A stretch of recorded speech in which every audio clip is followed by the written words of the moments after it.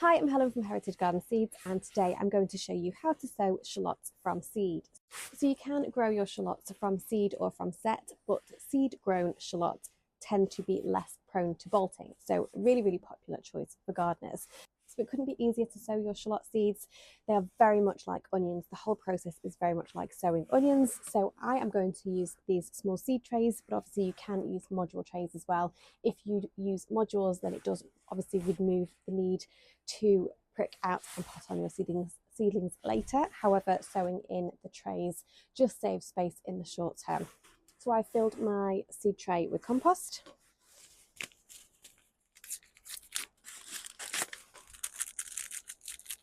And then I'm just going to scatter my seeds onto the surface of the compost.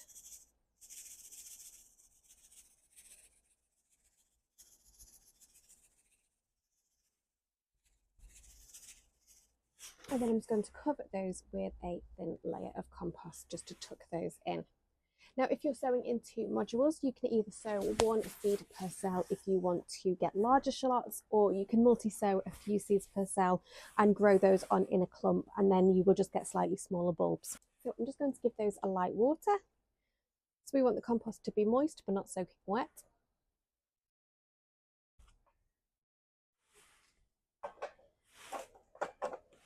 And then I'm just going to cover mine with a clear propagator lid.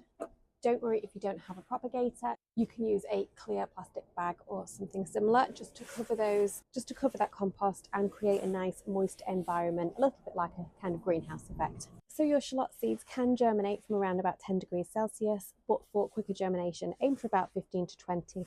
So I'm going to pop mine onto a nice sunny window ledge inside where the heating's on, and they will be nicely tucked in.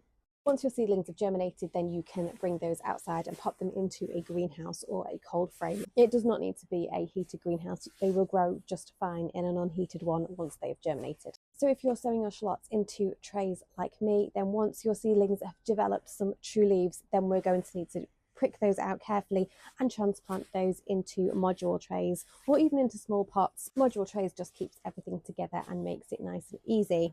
And we will grow our seedlings on in those module trays for a little while to develop their root systems and put on some nice healthy growth before we look to transplant those in the spring. So around about April or May is generally the best time to transplant your shallot seedlings into their final growing positions.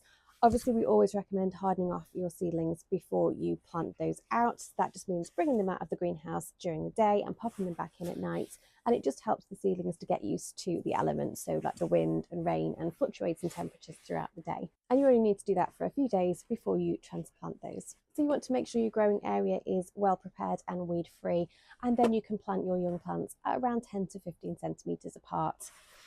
Grow them on throughout the summer, keep the growing area weed free as the shallots grow, and obviously keep the area well watered, particularly during dry spells. And your shallots will be ready to harvest around about late summer. So the foliage will start to die back and fall over onto the ground, and then you know that they are ready to pick. So I hope you've enjoyed this video. As you can see, it couldn't be easier to sow your shallot seeds. But if you have any questions at all, please feel free to reach out to me. The best place is always on Instagram. We are at Heritage Garden Seeds, or you can reach out to me on email as well. The email address is hello@heritagegardenseeds.com.